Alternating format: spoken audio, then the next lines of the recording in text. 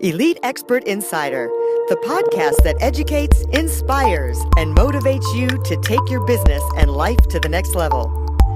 We would like to thank Audible for supporting Elite Expert Insider. Please go to the link bit.ly/Elite Audible. That's bit.ly/Elite Audible and get a free 30-day trial to show your support. Thank you, Audible. Now to Elite Expert Insider for conversations with industry leaders. Hey, Melanie Johnson here along with Jen Foster for another great podcast. We have something special for you today from Elite Online Publishing. We're giving away this free book. So it's our book. It's called How to Write Your Story of Accomplishment and Success. So if you text your name and email to 832-572-5285, that's 832-572-5285. Text your name and email there, and you will get this free book as a gift from us. So if you love this podcast, which we love doing it, please share it, leave us comments, like us on Facebook. We'd love to hear from you. And today, Jen and I are both single moms, and we've been through divorce, and it's not a fun process, whether you're a woman or a man. It's just not fun. And you're so stressed out, you're emotionally drained that you forget half the things that you really should do because you've never done it before. We're all on this learning curve. So wouldn't it be great if you had a book that would show you the road and the ropes of what you should do and guide you through the process? We have a friend of ours and our personal author. We launched her book. We're her publisher, Lynda Transier. She has this incredible blog, Suddenly Single Women, and she has written a book to go with it, and we're going to talk to her today. She's going to give us some insights, and we just love Lynda. Lynda's like one of our favorite authors. We're so glad to have her here today. Lynda, how are you doing? I'm doing great. Hello, Melanie. Hello, Jen. So happy to be here. Yeah, we're happy to have you. Tell us how you got. I was just going to say, tell us how you got started with your blog and writing. Sure. Well, it's kind of an odd story. When I was going through my divorce, and then right after the divorce, I was looking for some kind of a recovery group or a group of ladies that I could join, that we would have something in common, that we could kind of talk to each other and see how we had both or all of us survived this trauma in our lives. And so in talking with a lady, she suggested I make an outline and start thinking about things, which I did. Then I couldn't find a group to join, so I decided maybe I would start my own group. But then I had this outline. So then another friend said, well, you should write a book if you already have the outline. So then I went to a class to learn about writing and publishing and ended up with a blog. So one thing just kind of started another. It's like dominoes. And so I wrote the book, then I did the blog, and then I found you all to help me publish the book. So here I am, like 10 years later. It's always a work in progress, right? But so the blog started because I learned how to do a publishing class. And then the book kind of helped along with the blog and vice versa. So they feed off of each other. That's cool. And I love your blog too. It's so entertaining. Your voice is I think it touches everyone, and you still have fun with the blog. Yes. You don't make it like so serious. I think we need that when we're going through divorce. Walk us through some of the things in your book that are helpful when you're going through the process. Well, I start at the beginning with how you even look for an attorney, and how you tell your friends and how you tell your family. And it's a process of them wanting to reach out and help you, but not knowing how, and you kind of letting them know how they can best help you. The same thing with looking for an attorney. You really need to have a connection with your attorney. That this attorney is going to be your best friend for however many months or years it might take for you to get through this process. So you really need to be comfortable with your attorney. You also need to financially start learning how you're going to take care of yourself, how you're going to pay your bills. If you move, how you're going to get a mortgage, maybe things that you've never, ever had to do. I went from being a daughter to a wife to a mother. I had never been on my own. I'd never had to fill out a lot of paperwork for financial things. I was married to someone who did it all and actually did not care to have any input from me. So I had to learn how to go out and do these things on my own. And it's a scary, scary thing. You think, this is 10 years ago for me, so I was 53 when this all started. And I'd never had to make those decisions or look how to find the best rates or how to invest my money, and just how to live from day to day without someone that was taking care of things. So I try to give you an outline of how to get yourself on track and to be the best version of yourself that's just been waiting to come out. I love that. I love that. Well, and I think you have a few lists in your book, don't you, about things. Tell us about the lists in your book. I do. I have lots of lists. I give a lot of links of websites to help with things, everything from building a wardrobe to finding a job to learning about investments and how to deal with your money. I did a lot of research and tried to look for links that would help me, and then kept a list of them and then put them in the book. But it's all resources and just talking with other people too. Find people that have been through this that can tell you the good things they did and the don't do this that I did things, because it's a learning curve. And at the end of the day, what you want to do, I call it finding my smile.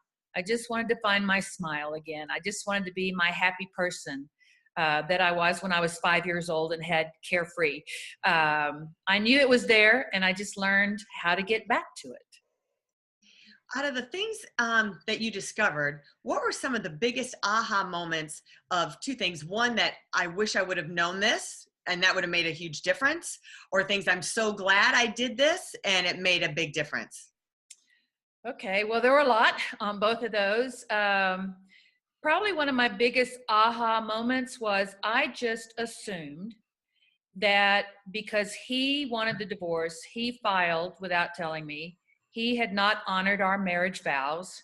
I thought my friends would rally around me and I would keep those friends moving forward. There were going to be a lot of changes in my life, but I thought the friends wouldn't change. And that was an aha moment, because many friends aren't comfortable. It's a couple's world. They don't invite you out to do things anymore. I had couples we traveled with for years. We were married 30 years, so that's a lot of history. Yeah. And those friends just disappear. And it's not that you've done anything wrong, but they don't want to make a choice, so they don't make a choice. So they just move on. Or perhaps some of the men do business with your ex-husband, so the wives don't want to upset the apple cart, so they do what their husbands want to do. And they continue to do those trips or whatever with the ex and his now new girlfriend, because that's just the way business works. And when I asked someone about it one time, one of the men friends that I'd had, he looked at me in all honesty like clueless and said, "Lynda, it's just business." Well, no, it's just my life. It's not just business. And it was hurtful. So that was kind of an aha moment. Another one was how difficult it is to get things like insurance coverage when you're single or you are not working, you don't have any benefits. That took a long time. I had a COBRA policy that lasted for 3 years. So about 5 months before the end of that COBRA policy, I started looking for private insurance because I thought, easy, right? I'm healthy, no problem. I pay my bills on time. Wrong. It took me an additional 6 months to even find a policy that would cover me, just because I was single and had no income.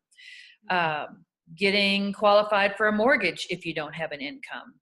There are just so many things that you just don't expect you're going to have a problem with that are a problem. So, you know. And what about on the settlement side? What were some of the things on the settlement side? Well, I live in Texas most of the time. I'm currently in Colorado enjoying the beautiful summer weather. But in Houston, being a part of Texas, it's a community property state. So you go with the assumption that it's going to be a 50-50 split. But all of a sudden, what was his from his income, because I was a stay-at-home mom and a volunteer, it becomes more his, and he doesn't want to split up what he has. Or if you have stock and it's a publicly held company, for example, you can't just split. There are a lot of things you have to deal with splitting stock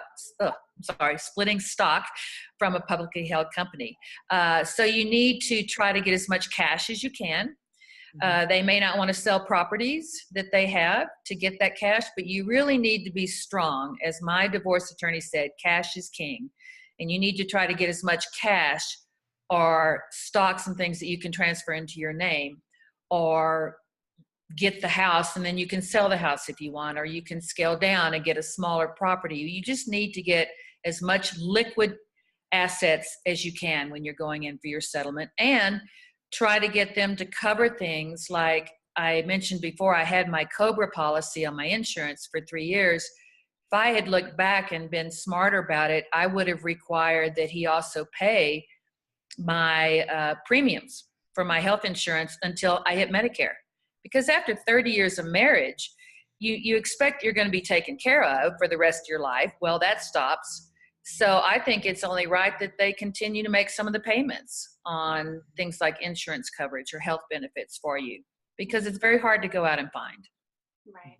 Well, I find after reading your book, I wish I would have had that before I got divorced, or right when I knew I was going to be getting divorced. I mean, because you have a rocky road usually. I mean, sometimes it's a surprise like it was for you.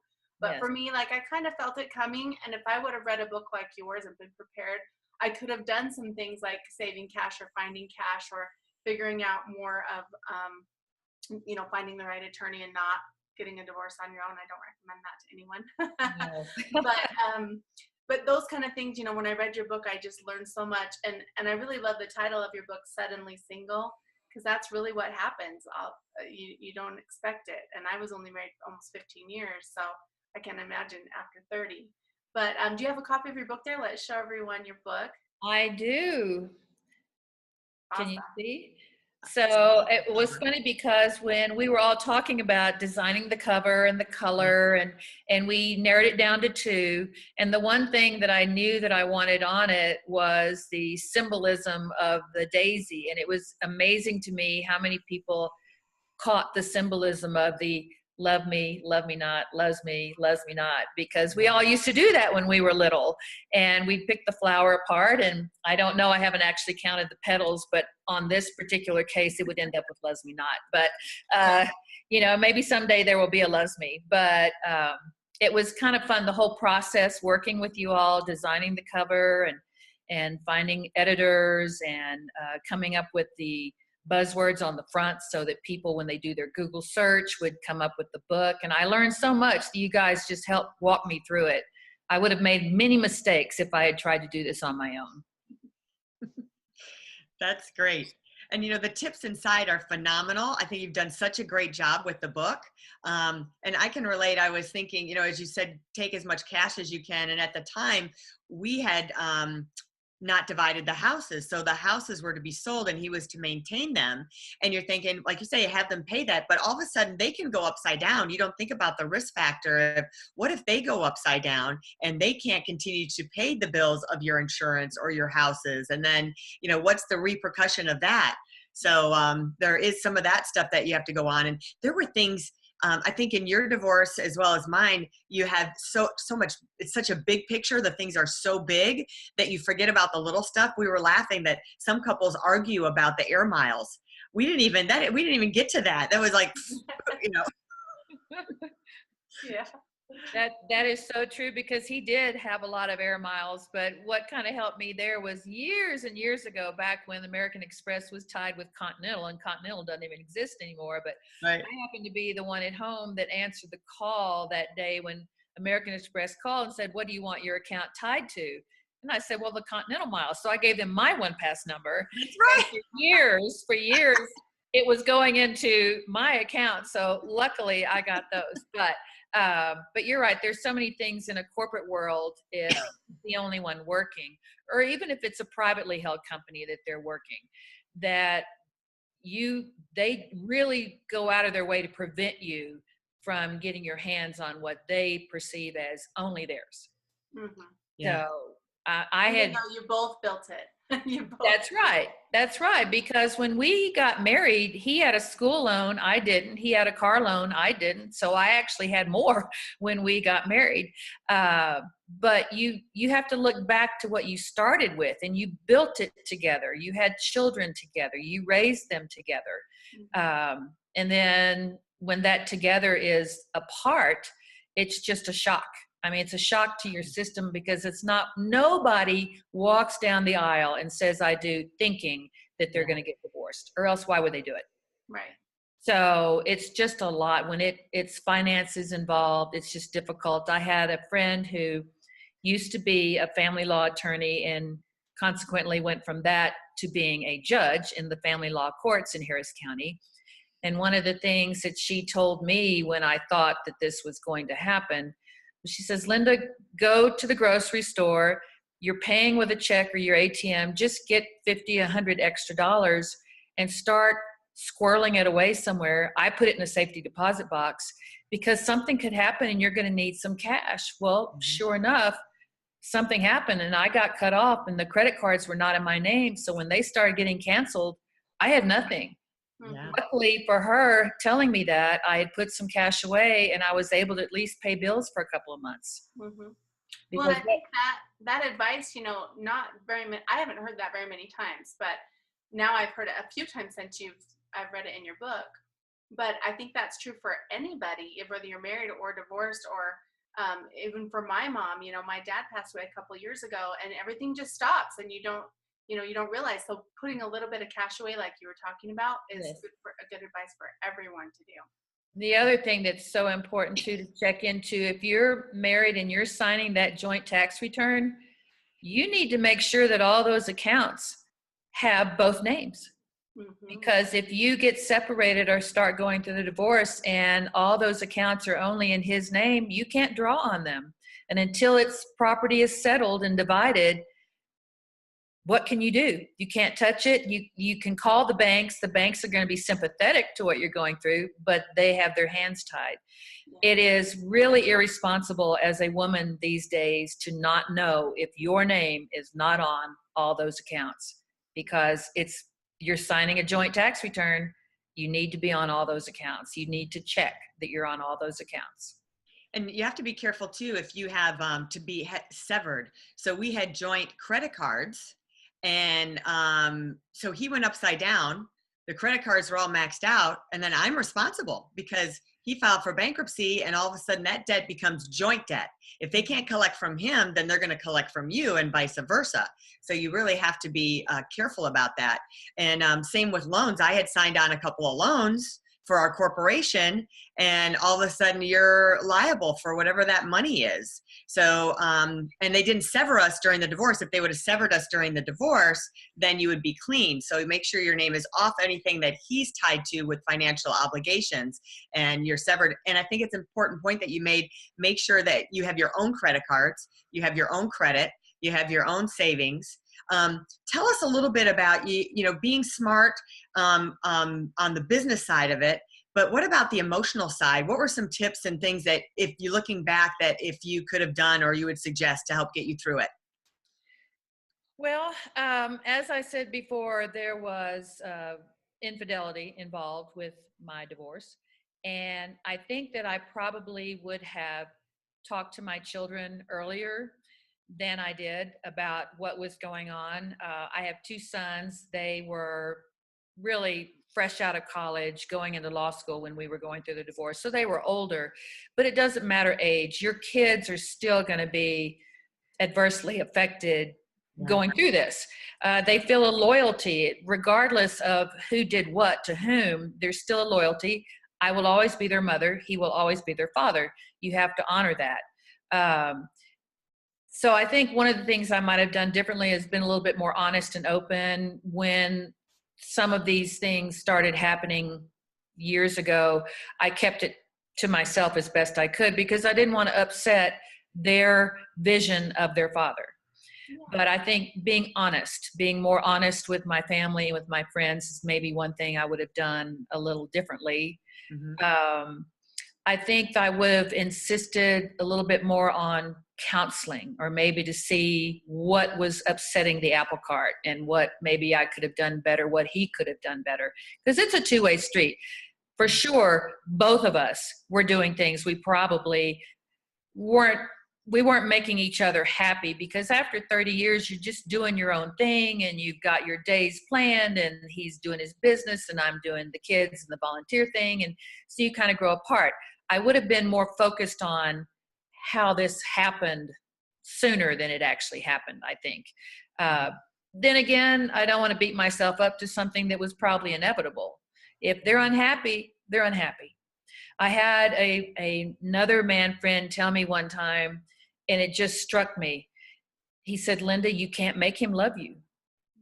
And I'm like, how sad is that? You have this history. Well, what do you mean I can't make him love me? He used to, but it was just something from a man's point of view. Maybe I would have sought more counsel from some of the men friends to see, because men think of things differently than we do. We just come at it from a different approach. We're nurturers. They're the gatherers. You know, they're out working, making their living. You're at home taking care of the nest. Somehow we got a disconnect, and it just kept growing. So maybe I should have been a little bit more cognizant, but who knows? Who knows if that would have even helped? You know, hindsight is always 20/20, right? Right. Yeah. Well, I liked your points about getting counseling, but I also like what you were talking about in the beginning about finding a group. Mm-hmm. Even before you even say the word, like it was hard for me to even say the word. I was like, the D word, I can't say the D word, you know, because I didn't want a divorce, right? Right. But you still can find the groups that will help you, or the counseling groups, or the couples groups that can bring you together, or after you already know you're going to get a divorce, the divorce groups to help you with the single. That's right. And I did actually eventually find a really nice, we called it the DRG, the Divorce Recovery Group. It was through a church. And when I first started looking, I wasn't necessarily looking through churches, because I know there are a lot of faith-based groups, and I have nothing against the faith-based, but I really was looking for something a little different. But I did find this group through a church there in Houston. And we've all now kind of left the group, but we're all stayed friends. So that's kind of nice. But we could feel like we could go, and it's kind of like something like an AA thing where everything stays there, but it's, you know, it's a very spiritual kind of sharing of what you've gone through.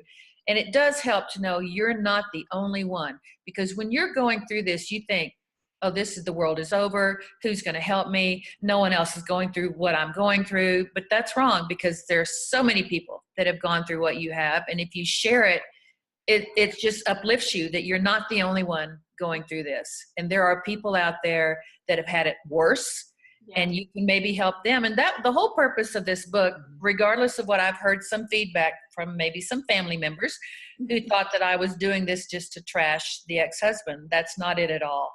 I wrote this to help women. I really saw an opportunity to give insight to what I went through and maybe help them not only through the process, but also not make the mistakes I made. So this book is only about helping you get through to the other side. It's not bashing. It's just, you can do it. I did it. You can do it. Yeah, I love it. I love that. So tell us, how did you feel after you got this book, not just written but published and became a best-selling author? How was that whole experience for you? Well, it felt like it was a vindication, and all that I'd been through was justified. The feelings I had the right to those feelings. But then you get published, and it goes on Amazon, and you actually get to see you hold this thing like, wow, this is like real. You know, a blog is just out there, and you don't really always hear back from people. So you don't know if you're reaching anybody or not. But when you do this, the book, it goes on Amazon, and then you start getting the comments that get back. You know, people will rate your book. Yep. And so far, they're all 5 stars. There's nothing else. I have all these wonderful comments about how it helped people, and it sort of vindicates you. And you like, all right, I did what I wanted to do. I gave something uplifting to people to help them get through a really trauma in their lives.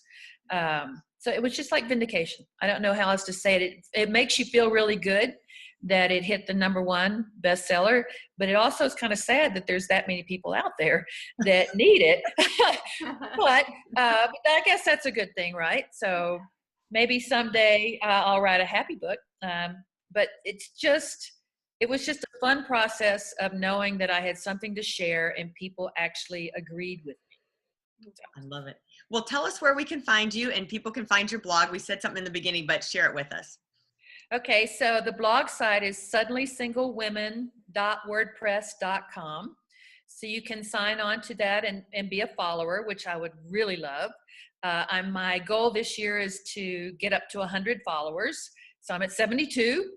But also, it gives you the book. It shows you how to find the book. You can also find the book on Amazon. Kind of excited. I'm getting ready to go into a bookstore and actually be carried in a bookstore up here in Colorado. So that's kind of cool. Just baby steps. But suddenlysinglewomen.wordpress.com is the blog site. And I don't just write about divorce. So please don't think, oh, I don't want to read just about divorce. That's just dark and dreary. But it's really written for women to be the best versions of themselves.